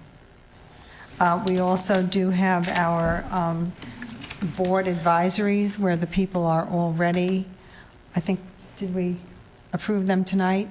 I think that... You did, yes, ma'am. Yes, the people are already appointed. They are residents, they are citizens, and we will be, we will be asking our advisory boards for input also. I think to review all of the list of tests, which is very long and large, I think that that is the job and the responsibility of the superintendent and staff, and correct me if I'm wrong, Dr. Graham, but is that not part of what your staff is working on now? So I think that what you are moving is already in motion. And I say we need to continue doing this and continue to provide us the information so that we can put it all together and bring it forward with our other partners around the state to the state legislature, because I think that there's so much power in numbers. So that's my part of the discussion. Mrs. Dozier. And I just asked to borrow a document that she brought to the table, but I didn't, but we all have it, and it's a document that tells about all the state-required test assessments. And last week I spoke to this, and I said, well, 60% of the test is required by Lee County. Well, and I'm not going to say I misspoke, because according to this document, the way it is, the way you read it, it's not a misstatement. However, once I began to have conversations with Dr. Graham about it, and also when I spoke with an attorney about this from another county, or from FSBA, a lot of this, the way we reported it in this document is it says district, district, district, district, district, all the way down. And yet, just because it says district, it's not our mandated test. But instead, it is a test that is mandated that we have to have, but we get to choose which test we use, therefore we become the owner of it. No, that's not the way things work. So I've asked Dr. Graham, I said, if you need to put this document out in a different way. We've got to have a document that says who the owner of the test is. Because if we are requiring it, then we own it. Okay, we're the ones that are making those children sit for that test. But if we're required by the state, but then we're the ones that get to choose which test, we don't own that test. The state still is the one that's mandating it. So that's a piece of information. Before we start doing any evaluation, I think we need to have that information before we make any motions to have a committee evaluate things, because this would be erroneous information to them, just like it was to me. Because I read it as, oh my God, we're doing 60%. So, and I'm glad that I had that clarification. So, thank you. Mr. Armstrong. Well, the reason why I put out the motion about the test and to do the task force is I thought it was very crucial for this board to actually do the task force to see, because you're right. When I started looking at the testing calendar, I know, you okay? Sorry. I started looking at the testing calendar and it says district test. Well, I know a lot of those district tests are not. Actually still state mandated. Progress monitoring tests. Dr. Graham, we've had several discussions about that. And, you even said that's something the state tells us we have to do. It's just we choose how to do it. Well, that goes right back to, it's still state mandated. Bottom line. And I thought the best way to do this is to actually put a task force together made up of 15 people to actually look at these tests and actually systematically go through them and make sure what's going to benefit these kids, what will not benefit these kids. We have experts in the audience, in the community, that understands this testing. And I didn't read the motion completely. Those parts out of it I left. But we have experts that I think we need to tap into that can help this district. I mean, I'm no expert on the testing. I know that. But I know we have a lot of great people out there. And if we can get their help to actually get a grasp on this testing, I think we owe it to the students of Lee County to do this. We owe it to ourselves. And even the people that do not agree, I mean, one gentleman sitting out there did not agree with what we did, but we still owe it to him to look at that. We owe it to everybody because we do work for the people. So that's why I put the motion out there. And I feel that we need to look at this. Is there any more discussion? Mr. Martin. I need to give advice, but after discussion is complete, I think you have a request. Megan, yes, please. Thank you. Good evening. I'm Megan. I know it's been a Most long important night. one. With all the testing going on, like you said before, I'm not a testing expert. I'm told to come into the classroom, sit down, we're taking a test. And in my household, it's always been academics come first. It's a priority. A's and high B's, C's are not allowed in the household. And my mom, who grew up in a totally different school system than we have now, is, why are you testing all the time? Why are you taking tests? What's this test? What's this? What's this? What's this? And I am definitely a big advocate for progression, like monitoring, to see how students go. I would love to see how I've progressed from a freshman to a senior. But taking all the state-mandated tests and then SAT, ACT, all of these different things, that it's every time I come into the classroom, it's benchmarks for this, EOC for this. And we're never really told why. Why are we doing this? Why are we doing that? And as a student, especially being a senior, we're told, oh, you can graduate without an FCAT score, just take the SAT. Well, why did I spend that time taking the FCAT? So I am also very privileged to become knowledgeable in sitting here and learning everyone's opinions on this. Thank you very much to the parents and the community. Very well spoken. Is there any more discussion? Mr. Martin. Ms. Morgan, board members, because this motion is not a matter on the agenda, before you can take a vote on this matter, there's a requirement to provide another opportunity for public comment with respect to this motion. If the second is withdrawn, then there is no requirement to take a motion and therefore no requirement for public comment. Then at that case, I will withdraw my second. Thank you. Any further comments, Mr. Armstrong? No, ma'am. Okay. Megan Merrigan. Yes. Board member comments. I think I'm good on this one. Okay, very good. Thank you. And I'm going to offer again a compliment to Jane Stevens. Oh, she's left. Oh, there she is.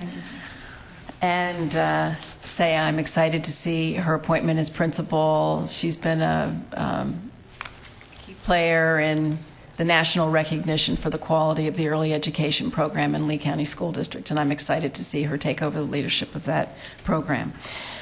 I also want to compliment Mrs. Dozier.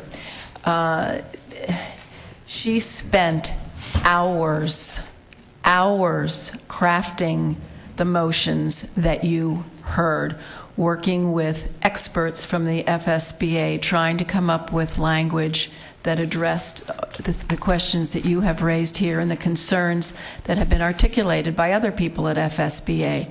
And she was, as she said, a passionate advocate. The first round, when her motion was approved, there wasn't really a lot for her to say because pretty much everybody else in the room, the other directors, were getting up and speaking in support of what it was she was trying to accomplish. But once it became clear that the motion was coming back for reconsideration, She, again, spoke passionately and eloquently about her concerns that have been raised by the parents and the people in this school district. So I want to thank her. I also want to mention that this consortium meeting that we talk about that's in another week, the Greater Florida Consortium that we belong to as a school board represents 50% of the students in the state and 50% of the legislators in the state. So this is another opportunity for her to bring forward this motion for discussion again, and it will not just be the representatives of the Florida School Boards Association, but it will be the members of the consortium themselves who will be having the conversation. So stay tuned. Let's see, did I have anything else? I also want to affirm a statement I made at the last meeting in my comments, and that is that I do support Florida standards. Let there be no question. I support Florida standards. I support normative assessments. I support progress monitoring. That does not mean that I support the way it's being administered today, particularly by the Department of Education. But I still support standards, and I support normative assessments. So I just wanted to clarify that. Mr. Martin, do you have any comments? None this evening, thank you. And Dr. Graham, do you have any comments? Yes, at your request, I'd like to talk about where we are. I want to address because it's come up several times that we have many seniors who still need to pass the FCAT, and it's true. I just want to share some information just so people understand where some of those failures come from. We have a large ELL population, and the requirement is that once a child enters our school system, even if they don't speak a word of English, after 1 year, they're expected to take the test. So then what it actually becomes is a reading test, and in many cases, they're unable to read enough to be able to. It doesn't mean they could meet the standards if it was in their language, but because it's not. So those are in the score. Those are some of those children. Also, students with an IEP, though they are able to get a waiver after a certain period of time if they've taken the test and been unable to pass it, they still remain in that number for a time. And in some cases, we have children who transfer to us after 10th grade, but to get our diploma, they have to take the FCAT. So they are students that have not necessarily had a curriculum like ours, or there could be any number of reasons that transfers would struggle, or they haven't struggled yet, they just haven't had the opportunity to take the test yet, but they're in that number of children who still need the test. And then something that the community has continued to talk about that is a reality, some children just have a general test-taking anxiety. And those children, excuse me, are represented in that number as well. So that's not to make an excuse, it's just to explain the reasons behind it. I have asked staff to give me a profile of our children in particular, who it is that's unable to pass the FCAT by their senior year. And I also want to say to you that in those numbers, included in those numbers are charter school students. And we have no control and no authorization over what goes on in those classrooms as far as day-to-day teaching. So in the case of children who need to pass the FCAT reading, seniors, 729 of them are from charter schools, but that's in our total number because they're part of our system. So that's just a little more detail on what those numbers actually represent. The second thing you asked me to talk about was what we are doing. And we have developed, and when I say we, it's staff, the news has continued, the media has continued to report that there is a task force working on this. There isn't. I have a superintendent's cabinet, and they address a lot of things, but they're not even the only ones working on this. It's staff in all areas at all levels that are part of this conversation, and it started on August 28th. And we have developed what we believe. We want to develop a response to what we believe is the problem statement, and that's basically that pre-K to 12 accountability environment in Florida is perceived to be disrupting schools and interfering with learning. And we have to figure out a way to address that so our children can have a positive experience. We all want our children to reach his or her highest potential. That's not just verbiage for us, it's real. And and I'm glad that the National School Boards Association deemed it worthy to borrow. So we are working on developing a process, and I'm calling it a process rather than a plan because we really do need to take a step-by-step look at what we're doing. And we have identified three main issues, and one issue, I shared this afternoon, one issue that I believe is an underlying one that people aren't necessarily saying out loud, but I'm hearing it in between words that they're saying. And basically, there's the issue of standards, and there's the issue of assessment, and a lot of assessment, how much assessment there is. And then there's the issue of the high stakes related to the assessment. And we believe that we need to be looking at the high stakes first. Unfortunately, it's all gotten clumped together. And so people are upset about a lot of things, and it's all gotten clumped together, and we believe we need to address each issue separately. The other issue that no one has actually said out loud, but I believe there is an element among those who are concerned about our accountability system that we are damaging children's self-esteem, because children are being, what parents are hearing is that children are being considered less than, or made to feel less than, or they're being told they're never going to succeed. And so we've got to address all those things. So what we've done, we've looked at what can we do right away, and that's what people are asking, what can we do right now? And I've said all along, we have to work within the parameters in the system that we have, and unfortunately the wheels of bureaucracy go slowly. So in the meantime, there are some things we believe we can do. And the first thing we're going to look at, well, that we've already started to look at, that we'll be talking to principals about on Thursday, is third grade and third grade retention. The past practice in this district has been that in order to be sure children have a better shot at getting to third grade and passing, because the research says that third grade is where reading is settled, and that after third grade, there's not going to be a whole lot more progress in reading. Your vocabulary may grow, but your basic reading skills are set in third grade. So somewhere along the way in leadership, it was decided in Lee County that we would hold kids back in kindergarten or first grade in hopes that they'd be ready to get to third grade. Well, that probably has not served us well. And so we are looking at how we determine kindergarten and first grade, whether or not we need to retain them at all, and then get more aggressive about the alternatives that exist for third grade, because there is more than one way to get through third grade.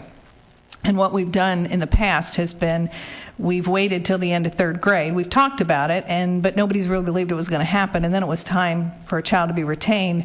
Oh, quickly, let's put a portfolio together. Let's take one of those options and see if we can make it work. Let's have a summer sitting of SAT 10. So we're going to get more aggressive and more deliberate about children having the opportunity to take advantage of some of those alternate routes to get through third grade. The other thing I'll just mention, within those three issues that I talked about, there are multiple other issues, and I told you this afternoon they're all non-quality. None of them will lead us to being the system that we want to be, and I'm not just talking about Lee County, but as a state, because in the midst of the assessment and the standards and the high stakes, we've got a lot of time lost, we've got inefficiencies, we've got misuse of data, we've got really, really serious effects on children, on parents, on teachers, on administrators. It's across the board. So I'm going to say again, I don't think any of us disagree with the accountability system is broken. That's how I describe it. The route we take to fix it is just a little different in some of our thinking. So part of our process will also be, and this lends to what Mr. Armstrong was talking about, we've got to look at each assessment and see if the purpose of it is to inform instruction, because that's the only real worthwhile assessment that there is. Is it going to help us get the child to where he or she needs to be? And I feel like that's what FSBA, what Ms. Dozier was trying to do at FSBA, when it was to compel the legislature to understand it's just about diagnostics. Mm-hmm. I grew up in the Florida public school system. I had tests from first grade, but it was about seeing where I was in comparison to others and seeing where I was in comparison to myself, and it didn't keep me from getting to the next grade. And so that's what we're going to move forward here. How can we do that within the parameters that we have? It's just going to take some time. We are also going to look at, and Mr. Stokes, I appreciated that you came with, is Mr. Stokes still here? Yeah. I appreciate that you came with a possible solution, even, as you bring your concerns. And what he said about there ought to be alternatives at the secondary level as well is exactly what we have come up with as a staff. We've got to look at ways, because years ago we had, if you had this many credits and did these certain things, you got this diploma. And if you did this and added this, then I remember we sat just before graduation and put stickers on the diplomas for those who got the academic scholar diploma. I feel like I'm really old now, because I've seen the full circle, and that's what happens. And if you're in education long enough, the pendulum just keeps swinging back and forth. So part of our process will be to look at what can we do that gives alternatives to seniors. And when I say we, I have to remind everyone at this table, we have to work with the Department of Education. And we have to work with our legislators. I am doing that. I know you all are doing that. I believe the people who have spoken out here continue to work with their legislators. At least I hope they do. I am part of, as the superintendent, part of an alliance. It's a 5-county alliance. It's everybody that has anything to do with education. So it's all our colleges, FGCU, the president of FSW, the president of FGCU, the president of Hodges, president of Rasmussen, all of them, and then the superintendents of the 5 counties. We are meeting next week, and I have asked to speak to this issue, because it's going to take all of us. And then I will be at the consortium with you all after that, and then the following week I will be with all of the superintendents in the state. And I've already confirmed that this will be on the agenda. The Commissioner of Education comes to those meetings for a period of time to discuss with us. And we're all very clear that Lee County has stepped out, and I commend this community because we have put the conversation in the forefront. We absolutely have, and I don't want anybody to think it's going to get lost, because it's not. So we are working diligently as a staff here, and we are going to the venues and the organizations we know that can help us move this I'll call it a movement for now, this movement forward. But that's what we're doing here, and we've been working on it since August 28th. And then just a couple of other things. The first superintendent advisory meeting is next week. Megan and Megan from Lehigh Senior High have been our pinch hitters for the summer, and they have done a fine job. They were juniors last year. They were the only 2 juniors. So they are seniors this year, and they will continue to be on the advisory, but there will be the other students that have been selected from their schools to be on the superintendent's advisory. We will talk to them next week about who wants to sit at the table, and we'll start a new rotation, so you will have new students at the table. And then finally, I just got this news today, and I think it's just awesome, so I wanted you all to know that we have 5,914 of our students who are involved in JROTC this year. Wow. And the Mariner High School is number 1 as far as numbers. They have 712 students, which is 46% of their student population is a part of JROTC. So we were 3rd largest in the country last year for ROTC, and it's a program I believe in. It's a program that teaches, it's not a recruitment for the military, but it teaches great leadership skills. Absolutely. And so I'm very, very excited and very grateful to Colonel Madigan and all the ROTC instructors that have left their official position with the military, but have come to work with our students and teach them some of those very important life skills. So I thought that was great news today.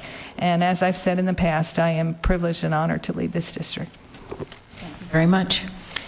The next scheduled meeting is of the board, September 23rd, 2014. There is a special school board meeting at 2 p.m., immediately followed by a school board workshop, as well as a school board action meeting at 6 p.m. At this point, having no other business to come before this body, I will entertain a motion for adjournment. So moved. Moved by Mrs. Fisher, seconded by Mrs. Dozier. All in favor? Aye. Motion carries 4-0. Thank you.